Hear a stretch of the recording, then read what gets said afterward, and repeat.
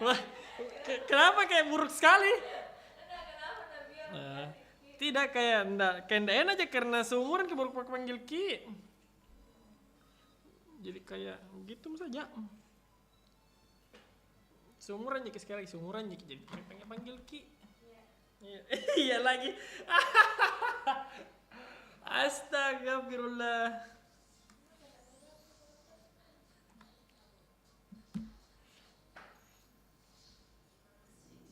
Ada itu Ustaz kah?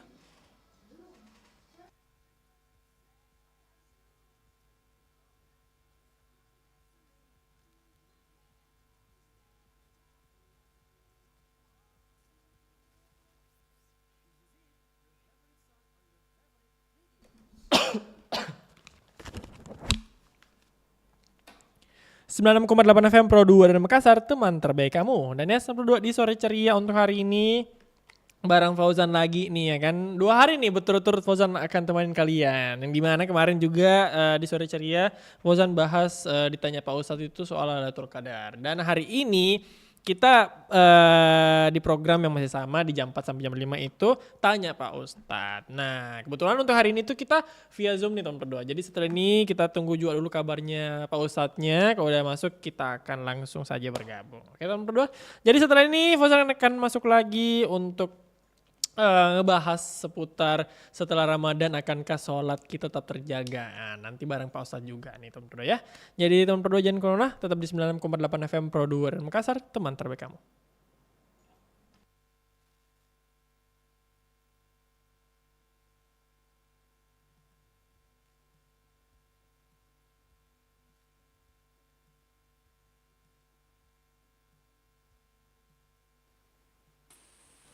Coba. Halo, Assalamualaikum Pak Ustadz. Waalaikumsalam ya. Iya. Ada misalnya Pak Ustadz. Nanti Sudah terdengar? Iya, kedengaran. Saya kedengaran suara aku Pak Ustadz. Halo? Oh iya, terdengar. Iya, siap. Jadi Pak Ustadz Iya, kita sudah terdengar. Iya. Jadi setelah ini nanti Pak Ustadz kita akan masuk nanti kita masuk dulu memberitahukan topik kita untuk hari ini tentang istiqomah setelah Ramadan. Akankah salat kita akan tetap terjaga? Setelah itu nanti kita bisa mungkin buka juga Pak Ustadz untuk pembuka untuk materi kita untuk hari ini. Pak Ustadz Di. Oke, siap. Oke Pak Ustadz. Setelah satu lagu Pak Ustadz Di 3 menit. Siap. Iya, tabi.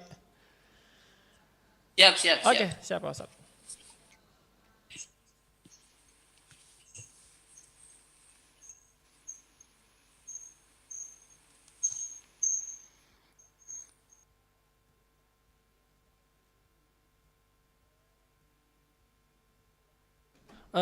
Pak Ustadz tabe ini kan lewat Zoom Ki yang dimana itu katanya sampai 40 menit ji Pak Ustadz. Oh iya, iya apa-apa. setelah itu mati iya. Siapa tahu kita juga ada kegiatan tak lagi setelah ini. Betul. Iya. Oke Pak Ustadz terima kasih banyak. Sebentar kita 3 menit baru masuk Pak Ustadz. Iya, sama-sama. Iya.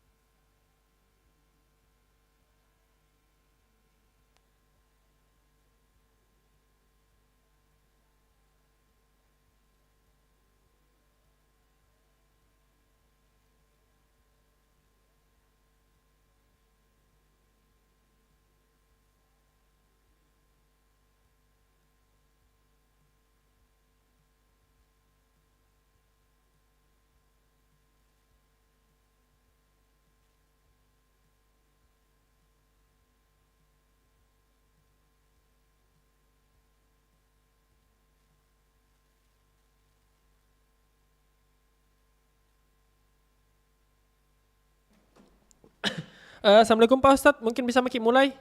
Tabe. Waalaikumsalam. Iya. Jadi, Tunggu Pak Sadi, saya masuk dulu, baru sudah itu panggil oke, Tabe. siap.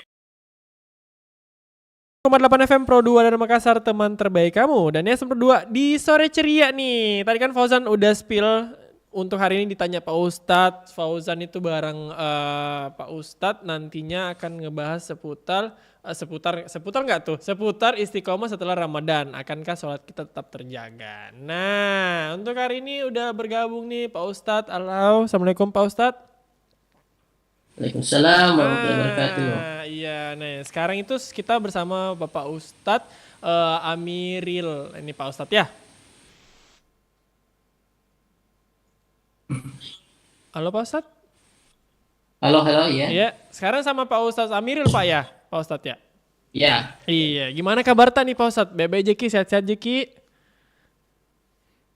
alhamdulillah sehat-sehat. Kita bagaimana kabar ini? Alhamdulillah Pak Ustadz, sehat-sehat Ji. Ini alhamdulillah panjang umur juga, sehat-sehat. Ini kita bisa ketemu walaupun lewat Zoom nih Pak Ustadz. Tapi alhamdulillahnya. Ya betul. Iya, lancar juga. Ya mohon maaf ini tidak bisa ke studio Nggak ini. apa-apa Ji Pak Ustadz, nggak apa-apa Ji. Kan manusiawi juga Pak Ustadz, jangan terlalu ini lah.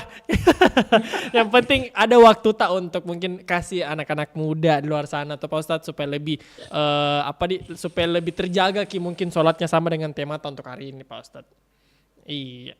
Iya. Insyaallah. Iya. Nah Pak Ustadz, tema tadi itu kan udah kuspil 2 kali kayaknya deh Pak Ustadz tentang istiqomah setelah Ramadan. Akankah sholat kita akan tetap terjaga nih Pak Ustadz? Nah mungkin bisa buka dulu Pak Ustadz, baru nanti ku tanya-tanya. Atau mungkin juga ada yang semua tanyakan juga Pak Ustadz sama penonton-penonton juga di. Iya. Tapi Pak Ustadz, langsung makin kapan? Iya. Ya. Assalamualaikum warahmatullahi wabarakatuh. Waalaikumsalam warahmatullahi wabarakatuh. Alhamdulillahi rabbil alamin. Allahumma salli ala sayyidina Muhammadin wa ala alihi wa sahbihi wa man tabi'ahu bi ihsanin ila yaumiddin, amma ba'd.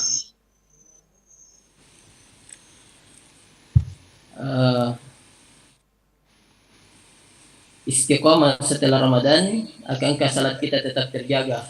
Iya.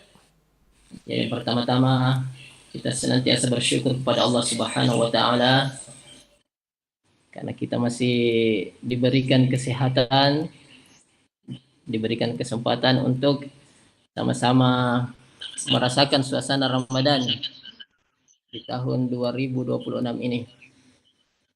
Ya, kita juga tidak lupa untuk senantiasa bersalawat kepada baginda Rasulullah Sallallahu Alaihi Wasallam,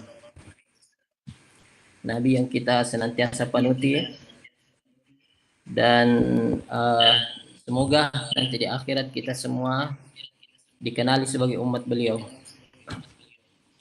Ya, para pendengar yang dirahmati Allah Subhanahu wa taala. Tema kita pada sore hari ini adalah istiqamah setelah Ramadan. Akankah salat kita tetap terjaga? Jadi ini adalah tema yang sangat urgent sebenarnya bagi kita ini semua. Bukan cuma anak muda sebenarnya, orang tua juga yang butuh tema ini. Ya. Mungkin juga Pak Ustadz ya, biasa kalau kita ibadah gitu. Kadang semangat, ya, kadang jatuh. Iya. Jadi yang penting sebenarnya diingat, itu sejak penciptaan pertama kita sebagai manusia, sebenarnya ada perjanjian sebelum kita keluar dari perut ibu kita. Oke. Jadi di dalam Al-Quran sendiri itu di-spill oleh Allah Subhanahu wa taala, alastu bi rabbikum. Ya. Artinya kalau bahasa-bahasa anak muda apa ini itu istilahnya tidak benar. Siapkah kamu melaksanakan semua perintah saya? Dan kalau letter-letternya itu, bukankah aku adalah Tuhanmu? Yeah. Nah, tapi sebenarnya perkataan itu menyimpan order. Artinya perintah untuk kita semua ini, apa-apa yang harus kita kerjakan. Dan pada saat itu, semua anak yang akan lahir itu pasti akan menjawab, qalu bala syahidana. Ya, kami siap laksanakan. Jadi sekarang ini para pendengar ini dimanapun berada, itu sebenarnya sudah mengatakan ini, alastu bi rabbikum, qalu bala syahidana. Kita menjawab syahidana. Artinya siap laksanakan. Namun ketika perjalanannya kemudian kita ini kehilangan arah, maka ada yang namanya Nabi, ada namanya Al-Quran diturunkan untuk mengingatkan kita bahwa apa itu perintah-perintah Allah Subhanahu wa taala yang kita sudah teken ketika kita akan keluar dari perut ibu kita. Ya, salah satunya sebenarnya itu adalah salat. Makanya di dalam Al-Quran itu dikatakan wa ma khalaqtul jinna wal insa illa liya'budun.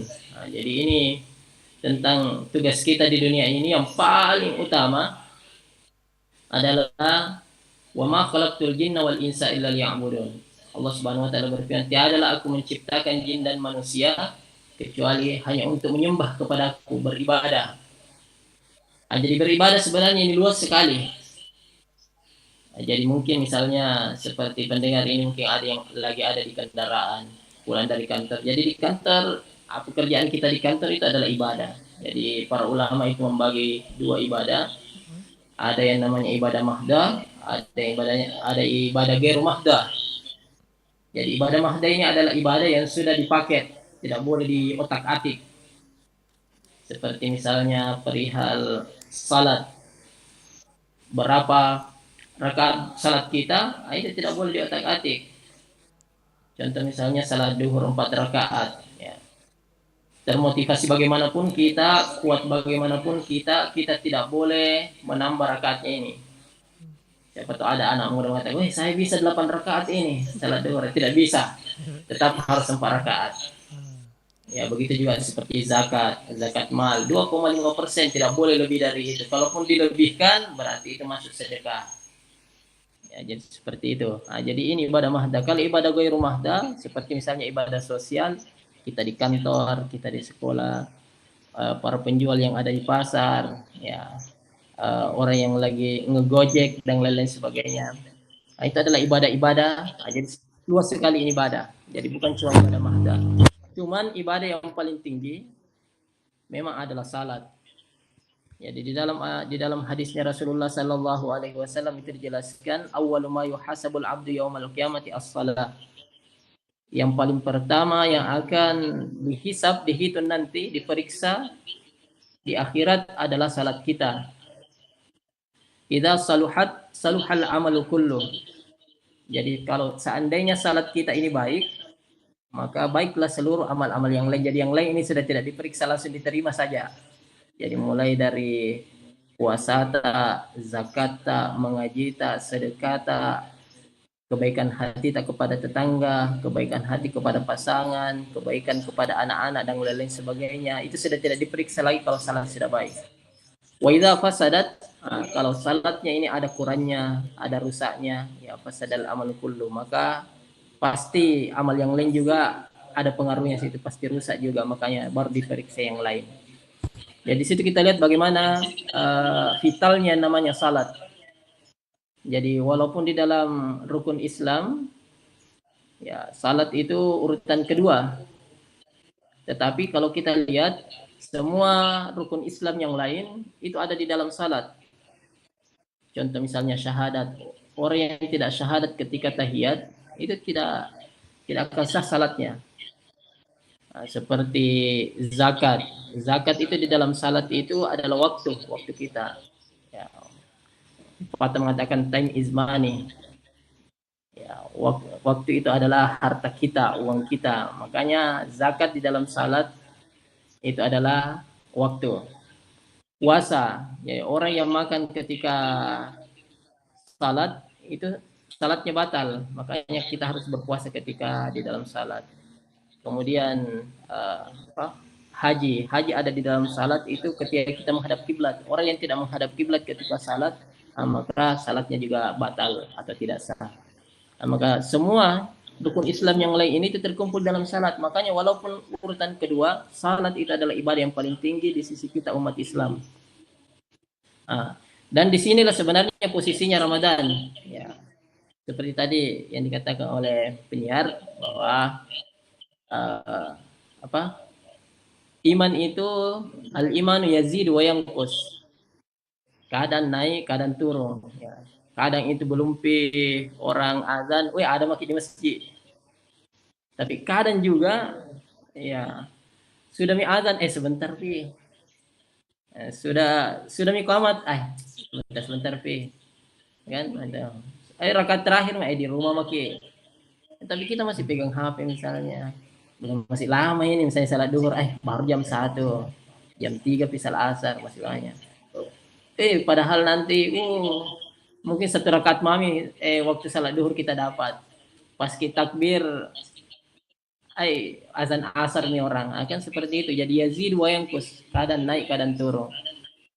Nah, jadi itu memang fenomena dan tidak bisa tidak bisa dihindari, semua orang pasti mendapatkan itu. Jadi ada kalanya kita termotivasi, ada juga muncul istilahnya kalau dalam kitab kuning disebut malal. Malal itu adalah rasa bosan dalam beribadah atau futur. Makanya uh, salah satu sabar yang paling tinggi derajatnya sebenarnya kan kalau menurut para ulama ya, khusus misalnya Imam Al-Ghazali mengatakan ada tiga tingkat sabar. Yang pertama yang paling bawah itu adalah sabar alal musibah. Jadi kalau ada musibah yang kena kita, kita sabar, itu tinggi pahalanya. Tingkatan yang kedua, yang lebih tinggi lagi pahalanya adalah as-sabru 'anil ma'siyah. Sabar dari maksiat. Kemudian yang ketiga yang paling tinggi adalah sabur ala ta'ah. Sabar tetap menjalankan ketaatan walaupun kita merasa bosan, merasa tidak termotivasi dan lain-lain sebagainya. Jadi ini sabar yang paling tinggi. Dan disinilah sebenarnya gunanya Ramadan. Jadi Ramadan itu seperti madrasah. Ya, jadi di situ kita digodok kembali untuk mengembalikan semangat kita, mengembalikan ilmu kita. Jadi seumpama itu mungkin itu kalau pisau yang dipakai ibu-ibu di dapur misalnya, jadi dipakai memotong bawang, dipakai kerja ikan dan lain-lain sebagainya, itu suatu saat akan tumpul. Sama juga dengan motivasi kita salat maupun pengerjaan salat kita, itu pasti akan tumpul. Ada rasa yang hilang. Maka ketika misalnya pisau dapur kita itu tumpul, kita butuh yang namanya batu asa. Kita asa lagi, kita asa supaya bisa lagi dipakai, tajam lagi kembali. Begitu juga Ramadan. Jadi 11 bulan, silahkan kita pakai itu, salat dan lain sebagainya, naik turun kita punya motivasi. Ramadan hadir itu sebagai trigger. Semua orang pasti rajin salat di dalam Ramadan. Pasti termotivasi. Disitulah kita kembali mengulang, mengasah kembali ilmu-ilmu kita tentang salat, mengasah kembali motivasi kita tentang salat. Makanya setelah Ramadan ini, bagi orang muslim yang betul-betul mendapatkan berkahnya Ramadan, karena kan memang tujuannya Ramadan itu setiap tahun itu sudah diungkapkan oleh para dai kita, la'allakum tattaqun. Jadi agar kalian menjadi orang-orang yang bertakwa. Jadi kalau dalam bahasa Arab sebenarnya ini kata tattaqun ini, kalau ada orang yang pernah belajar bahasa Arab, para pendengar mungkin pernah belajar bahasa Arab, itu disebut dengan fi'il mudhari. Jadi ada 3 macam fi'il, ya fi'il madhi, fi'il mudhari, fi'il amar. Itu ketika kata-kata itu di dalam Al-Qur'an disebutkan fi'il mudhari, salah satu maknanya itu adalah yufidu bihil istimrar. Artinya terus-menerus. Jadi takwa yang dimaksud di sini itu adalah takwa bukan cuma di bulan Ramadan, tetapi terus-menerus itu sampai 11 bulan yang akan datang.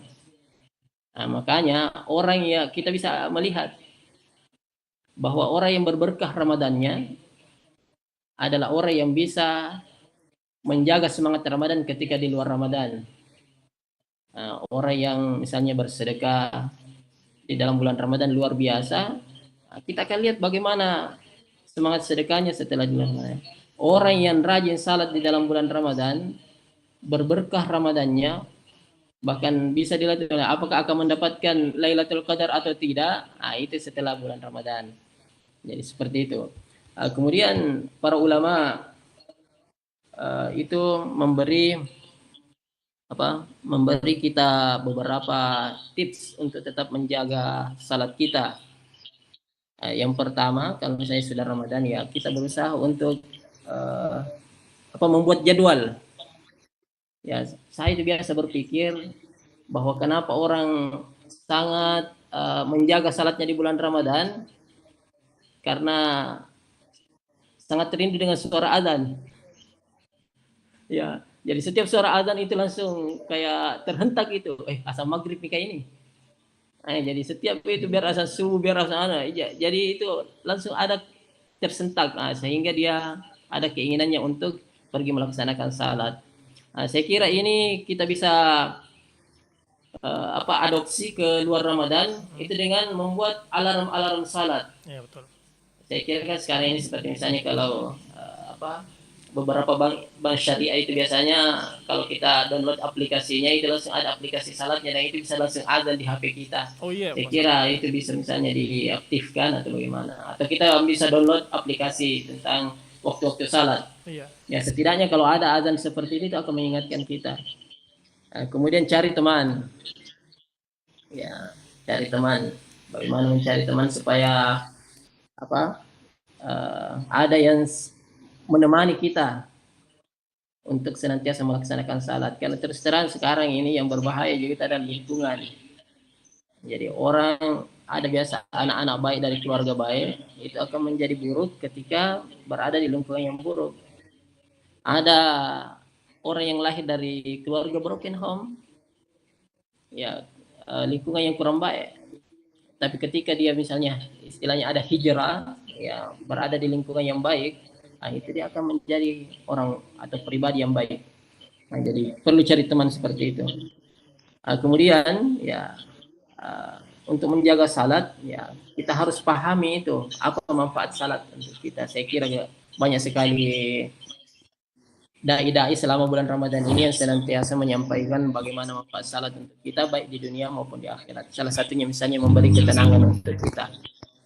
Jadi orang yang menjaga salatnya itu mungkin rezekinya biasa-biasa saja. Ya mungkin kehidupannya biasa-biasa saja.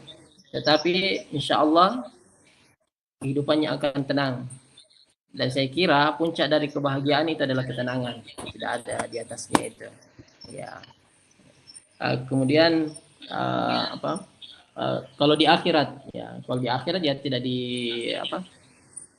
dipertanyakan lagi. Orang yang menjaga salat itu akan masuk ke dalam surga bighairi hisab, tanpa ada pemeriksaan. Artinya ini tidak melalui proses pada mahsyar, hisab, mizan, pengadilannya Allah, siratal mustaqim. Tetapi orang-orang yang menjaga salatnya dengan baik, itu ketika dia dibangkitkan, itu langsung ada jemputannya untuk langsung masuk ke dalam surga. Tidak lagi mengalami periode-periode yang menakutkan ketika sebelum masuk ke dalam surga. Ya saya kira seperti itu penjelasan awalnya untuk tema kita pada sore hari ini. Kayak semua yang tadi kita bilang itu ya manusiawi selalu rasakan Pak Ustadz. Apalagi mungkin yang setelah Ramadan yang titik dimana kayak orang malas biasanya Pak Ustadz. Apalagi kayak kalau semisal kumpul sama temannya tidak pergi lagi sholat kayak gitu teman Pak Ustadz. Apalagi juga yang dimana mungkin apalagi kalau main ke HP Pak Ustadz itu pasti akan jadi lalai untuk sholat. Biasa Pak Ustadz ada juga yang namanya azan yang berkumandang di HP itu, tapi pasti itu kayak arahnya juga mau kasih mati tuh alarm baru kembali lagi scroll HP. Itu biasanya yang terjadi sih Pak Ustadz. Iya, betul juga. Nah, Pak Ustadz. Jadi ya.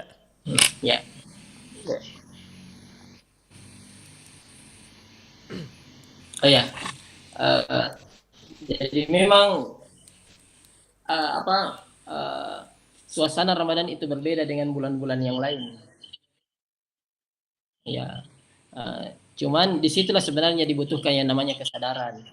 Makanya tadi kami mengatakan bahwa perlu sebenarnya dipahami apa manfaat salat itu untuk kita. Itu kalau sebenarnya dalam dunia tasawuf, salat itu bukan sebuah kewajiban. Kan kita ini sebagai warga negara atau sebagai manusia itu ada hak, ada kewajiban. Ya, kalau biasanya itu kalau hak kita berlomba-lomba untuk mengambilnya. Ya, tapi kalau kewajiban itu kita merasa berhak. Ya, contoh misalnya ada bantuan, woi orang itu biasa berlomba-lomba itu karena dia merasa berhak. Ya, tapi kalau misalnya ada kewajiban ya, kita misalnya ada perintah dari negara dan lain-lain sebagainya itu biasa kita malas-malasan. Bagi orang-orang ahli tasawuf itu menganggap bahwa salat itu bukan sebuah kewajiban, tapi hak. Ya, artinya apa? Bayangkan ini bertemu Allah. Jadi salat itu diperumpamakan sebagai pertemuan dengan Allah. Jadi di dalam sebuah hadis itu dijelaskan as-salatu mi'rajul mu'minin. Salat itu adalah tempat kita bertemu dengan Allah Subhanahu wa taala. Apalagi kalau kita sujud. Itu tidak ada hijab antara kita dengan Allah. Nah, coba beberapa tahun yang lalu itu kalau tidak salah ada Sailor on Seven datang ke Makassar. Itu ya, itu. Ada teman saya itu yang dinner bareng dengan personilnya itu Sailor on Seven. Ya pernah spill itu berapa juta itu dia harus bayar untuk bertemu langsung itu meet and dinner, ya makan bareng. Ya, dia harus bayar berapa juta, bahkan mungkin puluhan juta itu dia bayar. Bayangkan ini hanya untuk ketemu dengan artis kita harus bayar seperti itu. Dan kita ketemu Allah ini tidak perlu bayar apa-apa, masa kita masih kan? Nah, itu artinya sebenarnya. Ya. Bahkan dengan berbagai macam dosa kita masih diterima sama Allah. Makanya para ahli tasawuf itu mengatakan bahwa ini adalah istilahnya hak yang sangat bagus yang harus kita terima baik-baik. Itu. Jadi bertemu Jokowi atau Prabowo misalnya datang ke Makassar itu, wah susah sekali kita ketemu, apalagi kalau kita mungkin tidak searah dengan politiknya kan, itu ya. Kalau Allah tidak, kita banyak dosa misalnya kita sudah melakukan dosa, tetap kita diterima untuk melaksanakan salat bertemu dengannya, wah luar biasa. Makanya hak ini ini mungkin sering diabaikan sama anak muda. Ya, diabaikan sama anak muda bahwa salat itu bukan kewajiban, tapi hak kita untuk bertemu dengan Allah. Dan setiap kita ketemu dengan Allah itu di dalam hadis itu dijelaskan, kita melaksanakan salat itu seperti kita lompat ke sungai. Ya, jadi setiap itu mungkin kita punya banyak kesalahan ini. Jadi setiap kita lompat ke sungai, kita kembali bersih lagi. Ya, jadi seperti itu. Mungkin misalnya kita scroll media sosial, ada misalnya lain dia. Ya, itu kan kita berdosa, zina mata lagi. Ya, kita mungkin misalnya baku eje-eje ya dengan netizen lain. Ya, itu kan menimbulkan dosa-dosa yang mungkin tidak kita sadari. Nah, disitulah sebenarnya gunanya salat. Jadi itu membersihkan. Bayangkan di dalam hadis itu dijelaskan. Kira-kira kalau ada orang yang mandi di sungai sampai 5 kali sehari, masih adakah kotoran yang tinggal sama dia? Itu pertanyaannya Rasulullah. Ya, itulah. Jadi salat itu sebenarnya itu adalah pembersih diri tanpa kita mungkin ketahui. Jadi orang yang menjaga salatnya itu insya Allah akan bersih itu di hadapan Allah Subhanahu wa taala. Ya. Ya seperti itu. Suci Ramadan Pak Ustadz, yang dimana ini kita bagusnya untuk selalu meminta kepada Allah, selalu bersadir kepada Allah supaya nanti di saat setelah bulan suci Ramadan kita kebiasaan lagi untuk melakukan ibadah gitu Pak Ustadz ya. Yang tadi kita bilang mengasahkan diri untuk di bulan suci Ramadan ini. Ya. Ya betul. Jadi di bulan Ramadan memang ini kita banyak-banyak berdoa. Iya. Salah satu doanya sebenarnya yang paling bagus itu adalah doanya di Ibrahim. Itu. Rabbi ja'alni muqimas salati wa min dzurriyyati. Rabbana wa taqabbal du'a. Hadis ini bisa nanti dilihat. Ya Allah, jadikanlah saya orang yang senantiasa melaksanakan salat. Ya begitu juga pada keturunan-keturunanku. Ya. Jadi bukan cuma kita didoakan, tapi juga keturunan kita. Karena kita pasti juga memiliki anak yang rajin salat. Jadi ini anak muda mungkin yang pendengar ini ya belum punya anak, itu pasti Sekarang kalau berpikir-pikir anak yang bagaimana akan dia miliki, itu pasti dia mau anak yang rajin salat. Pasti seperti itu, siapapun itu. Mungkin sekarang ini tidak rajin salat tapi dia maunya itu.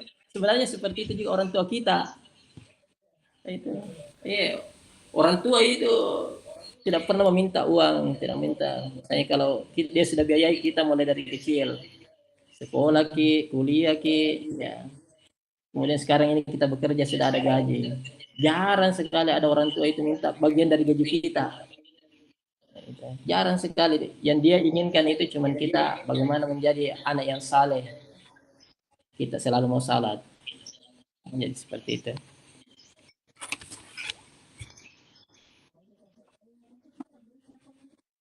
Siap, siap. Iya, kita kasih satu lagu dulu, baru itu saya tanya-tanya ya, karena banyak sekali nih pertanyaanku, Pak Ustadz, apalagi untuk anak-anak muda luar sana juga. Termasuk saya juga sih, Pak Ustadz. Iya, termasuk sholat segala macam. Oke, Pak Ustadz, kita satu lagu dulu. Pak Masih Ustadz. muda ini. Iya, alhamdulillah. Fauzan ini masih muda, Pak Ustadz. Baru 25 umurku nih, Pak Ustadz. Wah, luar biasa. Iya. Jadi kita break Harus dulu kita satu coba lagu. ini. Ah, jangan dulu, Pak Ustadz. Saya kerja dulu, Pak Ustadz. Oke, Pak Ustadz, Siap, kita siap, siap. break dulu satu lagu, setelah itu kita akan masuk lagi, Pak Ustadz ya. Iya. Iya.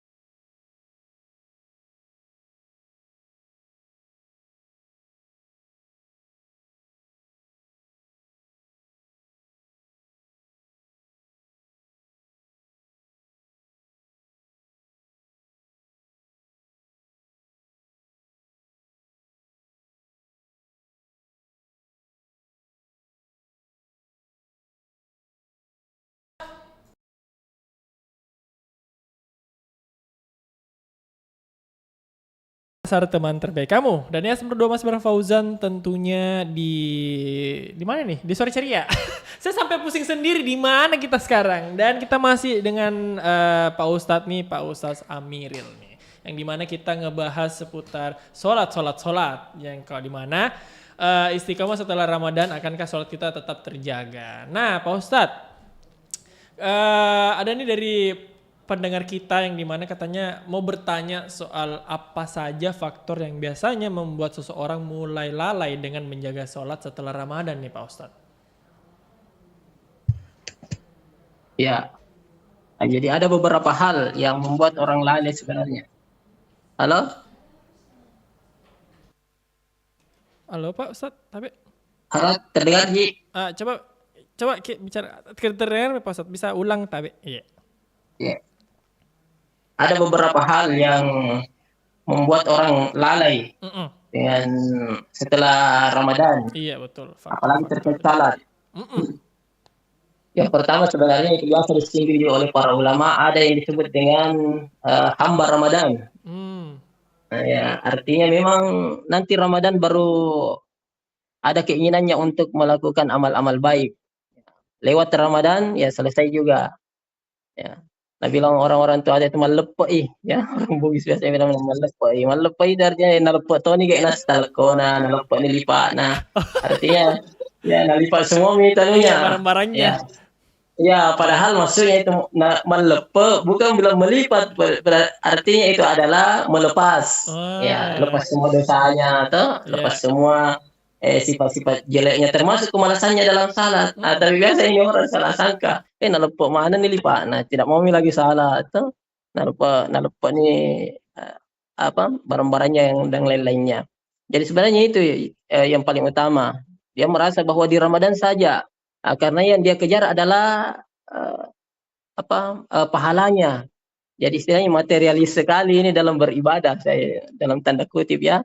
Jadi kenapa dia mau beribadah di Ramadan? Karena banyak pahalanya, berlipat ganda. Kalau di luar sedikit, jadi seperti itu dia perumpamakan bahwa salat itu hanya untuk mendapatkan pahala saja. Padahal yang paling utama di dalam salat itu adalah membayar hutang tadi, itu yang pertama yang kami bilang bahwa ketika kita keluar dari perut ibu kita, itu kan kita punya perjanjian dengan Allah Subhanahu wa taala. Jadi ada hutang yang harus dibayar. Nah, jadi kalau misalnya ada cicilan kendaraan cicilan rumah sebenarnya masih ada satu cicilan itu yang harus selalu dibayar.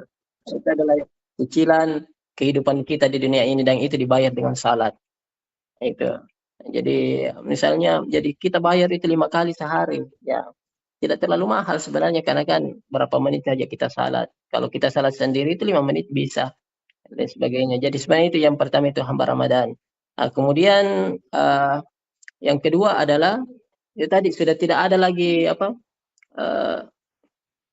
suasananya Ramadan. Jadi sudah tidak ada lagi lingkungan-lingkungan yang seperti itu. Tayangan-tayangan di media sosial misalnya berkurang, itu tayangan-tayangan Islami, di televisi berkurang seperti itu, di pinggir-pinggir jalan kurang itu misalnya itu yang mengajak untuk melakukan amal-amal baik, makanya dia kembali lagi seperti itu.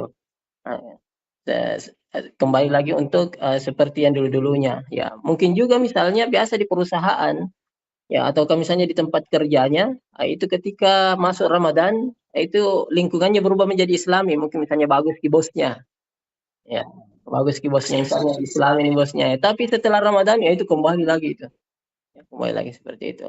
Dan yang paling utama juga adalah pola pikir sebenarnya. Pola pikir. Jadi banyak memang yang menganggap bahwa Ramadan itu ya bulan ibadah.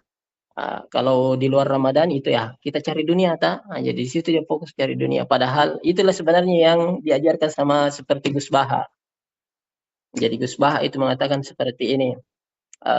Ketika masuk bulan Ramadan jangan tinggalkan pekerjaan jadi apapun yang kita kerjakan jangan tinggalkan. Kalau misalnya kita biasa ke pasar, tidak usah kita tetap ke pasar. Kalau kita ke orang kantoran, tetap ke kantor. Kita guru, kita tetap mengajar dan lain-lain sebagainya. Supaya ketika Ramadan kita rasa itu bagaimana ketika kita mengajar misalnya atau kita di kantor. Ya bisa kita sambil beribadah, tetap menjaga salat. Makanya nanti kalau ketika keluar bulan Ramadan, kita masih di kantor, terbawa tadi itu. Ya di sela-sela kita misalnya mengerjakan tugas kita di kantor, atau tugas kita di pasar dan lain-lain sebagainya, tetap ada zikir yang kita baca, tetap kita, punya waktu luang untuk mengaji, rezeki kita tetap diluangkan. Karena kalau difokuskan ibadah, selesai Ramadan seperti ini tadi, ya kembali lagi, bilang, bukan mi bulan Ramadan." Eh, ya bukan mi tidak fokus mi lagi ibadah. Tapi kalau kita memang tetap mengerjakan pekerjaan kita di bulan Ramadan, itu akan terbawa, insyaallah, seperti itu. Ustadz. Nah, Pak Ustadz ada lagi nih pertanyaannya Pak Ustadz. Bagaimana peran lingkungan, keluarga dan juga teman dalam membantu kita tetap istiqomah menjaga sholat nih Pak Ustadz? Kalau peran peran seperti ini itu vital sekali menurut saya, ya, vital sekali. Jadi orang tua, teman, apalagi kalau anak muda. Kalau saya kan di dunia pendidikan, itu meneliti tentang, psikologi bagaimana anak-anak muda dalam, pendidikan. Jadi antara orang tua dengan teman, itu anak muda itu lebih mendengarkan temannya, ya. Jadi lebih mengikuti apa yang diarahkan oleh temannya. Makanya, lingkungan yang baik itu mahal sekali. Itulah sebenarnya kalau kita melihat itu kitab-kitab klasik Islam, seperti misalnya kitab Ta'limul Muta'allim, itu ada memang bab khususnya bagaimana caranya memilih teman.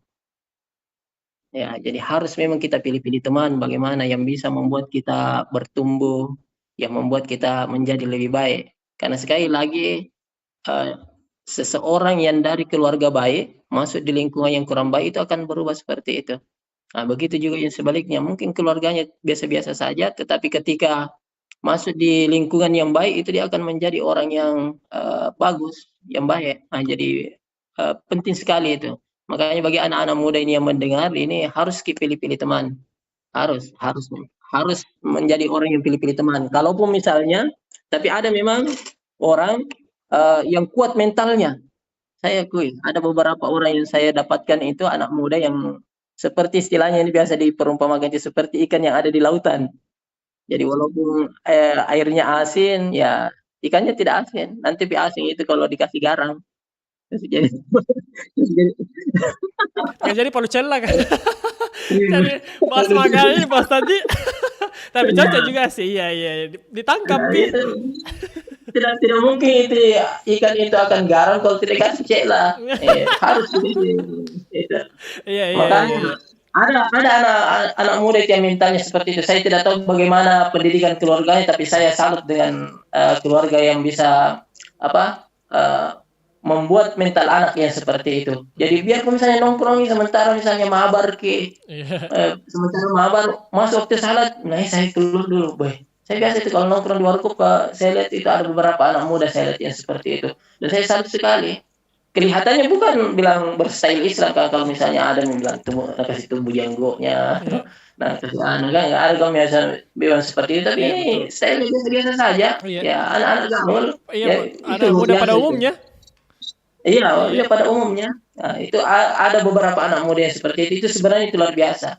Saya kira ini, pengajarannya dari orang tuanya itu luar biasa. Oh iya. Kita tidak tahu bagaimana, cara orang tuanya mengajar, tapi saya kira ini adalah pembelajaran yang sangat berhasil. Bukan juga bilang anak pesantren, Iya. bukan juga bilang anak pesantren, dari umum saja, dari biasa-biasa. Dan tetapi mentalnya memang untuk mengerjakan ibadah-ibadah seperti itu sudah terjadi, sudah terbentuk. Terbentuk dan Ah. mungkin kebiasaan juga Pak Ustadz ya. Ya, kebiasaannya. Mungkin kebiasaan dari orang tuanya, Iya. bagaimana orang tuanya menjadi contoh. Mm-mm. Karena banyak sekarang sebenarnya kalau di masa modern seperti ini, rata-rata itu kalau misalnya masalah salat, sebenarnya kan itu salat itu bukan, pendidikan di sekolah Iya. kalau di dalam Islam, tapi itu adalah pendidikan rumah tangga. Jadi Ah, kewajiban orang tua itu iya. masalah salat sebenarnya. Mengajarkan Ya. anaknya Pak Ustadz ya. Iya betul. Jadi kewajibannya orang tua jadi anak-anak muda ini yang mau jadi orang tua ini harus tahu ini bahwa kita sebagai orang tua juga punya kewajiban. Jangan bilang anak tadi bisa berdosa. Iya. Orang tua juga itu bisa mewariskan dosa itu. Iya, Ya. iya. Di dalam sebuah riwayat itu pernah ini mungkin masyhur sudah pernah juga kita dengarkan Mm-mm. bahwa ada orang tua itu yang sudah rajin salat, ditimbang amalnya berat, dihisab banyak, kemudian ketika dia akan masuk ke dalam surga, tinggal satu langkah masuk ke dalam pintunya surga, itu langsung berdiri anaknya. Dia bilang, saya tidak rela masuk ke neraka kalau orang tua saya masuk ke dalam surga. Karena saya bisa begini ini gara-gara orang tua saya tidak pernah mengajarkan saya tentang salat, bayangkan. Nah, jadi itu sebenarnya itu adalah kewajibannya orang tua. Nah, dan inilah biasa kewajiban yang ditinggalkan. Itu langsung diserahkan langsung ke TPA, ke gurunya, ke apanya. Padahal orang tua itu harus hadir di pendidikan ini. Nah itu. Nah, makanya saya sekali lagi bahwa anak-anak yang bermental seperti itu adalah apa? Ya dari orang tua yang melaksanakan memang tugasnya dengan sebaik-baiknya. Seperti itu. Nah, Pak Ustadz, mungkin ini pertanyaan terakhir Pak Ustadz untuk hari ini. Ini masih tetap juga tentang sholat. Nah, jika seseorang mulai kembali lalai nih dengan sholat setelah Ramadan, langkah pertama apa yang sebaiknya ia lakukan untuk memperbaiki nih Pak Ustadz? Ya, mungkin yang pertama yang harus diperbaiki itu adalah belajar tentang salat. Jadi mungkin selama ini kita salat itu kita tidak tahu apa yang kita baca. Mungkin itu. Nah, jadi sehingga tidak ada rasa keterikatan kita itu dengan salat. Nah, jadi seperti itu yang pertama kita harus belajar apa sebenarnya itu salat. Jadi penting sekali yang namanya mempelajari apa itu salat. Jadi bukan bilang bacaannya saja kita hafal. Misalnya usolli fardhu zuhri ya, Allahu akbar kabiranya dan lain-lain sebagainya. Tapi lebih dalam lagi. Dan saya kira literatur tentang hal itu sekarang ini melimpah. Apalagi bagi anak-anak muda sekarang ini yang lebih jago daripada orang tua dalam mengakses internet, itu luar biasa. Ya, sebenarnya di situlah sebenarnya gunanya itu kita mempergunakan internet baik ya. Saya kira. Jadi yang pertama itu kita harus cari ilmunya ini. Kenapa kita harus salat? Nah, itu. Ketika sudah terjawab itu pasti akan muncul kesadaran. Karena sebenarnya yang menggerakkan kita bukan karena kesehatan, bukan karena apa, tapi karena kesadaran. Kemudian yang kedua itu kalau sekarang ini lingkungan yang kita tempati itu tidak memungkinkan kita untuk rajin salat, harus cari lingkungan yang lain. Itu lingkungan, kalau ada lingkungan misalnya kita di Islam ya, kalau di luar Islam kan berbeda. Misalnya kalau ada lingkungan yang tidak tidak membuat kita untuk rajin salat, harus cari lingkungan lain, apalagi bagi anak muda. Pasti lingkungan tersebut itu tidak akan memberikan apa istilahnya kesuksesan dunia akhirat. Itu tidak akan memberikan kesuksesan dunia akhirat. Bahkan terus terang banyak biasa itu lingkungan dari non muslim, misalnya orang yang bergaul di non muslim itu justru non muslimnya biasa yang mengingatkan ya, misalnya misalnya join di satu proyek dengan orang-orang non muslim, biasa itu orang non muslim itu mengatakan ya azan mite kenapa tidak pergi salat. Karena dia Lebih juga tahu mengingatkan, sebenarnya. iya lebih mengingatkan kita Pak Ustadz ya, iya. Iya, dia mengingatkan justru teman-temannya seperti karena dia tahu sebenarnya, dia tahu bahwa orang yang menjaga salatnya juga itu pasti amanah. Pasti amanah, pasti orang yang jujur dan lain-lain sebagainya. Nah, di situnya sebenarnya. Nah, makanya kalau lingkungan sekarang ini ya harus cari lingkungan yang lain, ya, termasuk misalnya teman. Jadi sebenarnya kita tidak melupakan teman yang lama, itu tidak boleh. Tetapi kita ini kalau kuat silahkan tetap sama teman, tapi kalau kita ini terpengaruh, ya cari lingkungan yang lebih baik. Itu untuk demi kebaikan kita sebenarnya. Baik, ya seperti itu. Ya. Oke Pak Ustadz. Dan itulah pertanyaan beberapa tadi dari pendengar kita juga Pak Ustadz. Mungkin kita mau tutup nih juga Pak Ustadz untuk kata-kata penutup terakhir setelah ini. Jadi sekali lagi sebagai closing statement, salat itu sebenarnya bukan kewajiban, tapi hak kita untuk bertemu dengan Allah Subhanahu wa taala. Itu pertemuan dengan Allah Subhanahu wa taala ini itu sebenarnya adalah kebutuhan kita. Jadi di dalam diri kita itu ada faktor X, ada faktor yang menentukan di dalam diri kita itu sebenarnya ada kerinduan kepada Allah. Itu. Nah, itu ya, kalau itu yang kering itu pasti kita akan salah arah. Salah arah. Semakin kita jauh dari Allah sebenarnya itu semakin kita meninggalkan salat itu semakin ada sakit di dalam hati kita. Dan itu kalau jadi kebiasaan nanti itu akan jadi penyakit. Dan itu semakin jauh, semakin tidak terasa. Makanya kalau ada di antara anak muda misalnya, yang ketika merasakan tidak enak ketika melaksanakan salat, itu sebenarnya bagus.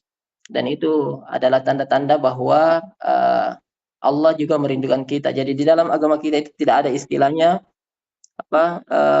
cinta bertepuk sebelah tangan, ya, tidak ada. Ya, artinya apa? Kalau kita mencintai salat, berarti salat juga mencintai kita. Kalau kita mencintai Allah Subhanahu wa taala, Allah juga mencintai kita. Tidak ada cinta bertepuk sebelah tangan. Artinya itu pasti berbolak-balik, itu pasti terbalas. Makanya dengan salat ini insyaallah kalau kita mengatakan kita cinta Allah, cinta Rasulullah, harus jaga salat tak di dalam dan di luar bulan Ramadan. Kira seperti itu. Kali dapat inspiratif untuk hari ini, dapat ilmu supaya lebih sadar juga, apalagi setelah lebaran. Apalagi nih kan sudah seminggu depan Pak Ustadz ya, lebarannya juga. Iya, betul betul. Iya. Betul. Jadi untuk anak-anak muda ataupun bukan pun juga anak muda, semualah generasi. Kalaupun sudah lebaran, janganlah jauh-jauh dari Allah juga ya Pak Ustadz ya. Iya. Tetap mengamalkan, tetap sholat, tetap berzakat juga Pak Ustadz ya, salah satunya juga. Zakat itu kalau dalam Al-Quran itu ada beberapa kata itu senantiasa bersama. Itu yang pertama itu tidak boleh musyrik dan tidak boleh durhaka kepada kedua orang tua. Itu salah satu. Ya, betul. Itu la tusyrik billah wa bil walidaini ihsana. Yang kedua itu adalah itu tadi aqimis shalah wa atuz zakah. Kalau mengerjakan salat harus juga keluar zakat. Itu. Yang ketiga itu innal ladzina amanu wa amilus shalihat. Kalau beriman harus beramal saleh. Itu. Itu selalu bersama itu dalam Al-Qur'an. Satu paket intinya Pak Ustadz itu semua. Iya, satu paket gitu, satu paket gitu. Kita mami memuliakan bagaimanapun itu sebagai manusiawi. Betul. Iya. Oke, Pak Ustadz, terima kasih banyak sudah mampir ke Pro 2 walaupun lewat Zoom dan sekarang lewat WA. Makasih banyak. Siap. Iya, lancar-lancar ke puasa Pak Ustadz, apalagi ini malam juga 10 malam terakhir juga Pak Ustadz. Iya, siap. Semoga sehat-sehat Ki, sekeluarga. Amin. Iya. Saling mendoakan. Iya, amin Pak Ustadz, makasih banyak. Kalau gitu mungkin pamit nih Pak Ustadz untuk hari ini. Terima kasih banyak Pak Ustadz. Iya, assalamualaikum Pak Ustadz. Sehat-sehat Ki. Dan teman berdua itulah tadi perbincangan sama Pak Ustadz Amiril yang dimana kita bahas seputar istiqomah setelah Ramadan. Akankah sholat kita tetap terjaga nih teman berdua ya. Kalau gitu mungkin juga kita akhiri untuk tanya Pak Ustadz hari ini di jam 4 sampai jam 5. Setelah itu nanti kita akan masuk lagi. Fauzan akan tetap teman kalian nih. Fauzan tidak pamit, tenang. Jadi teman berdua jangan corona, tetap di 96,8 FM Pro 2 dan Makassar, teman terbaik kamu.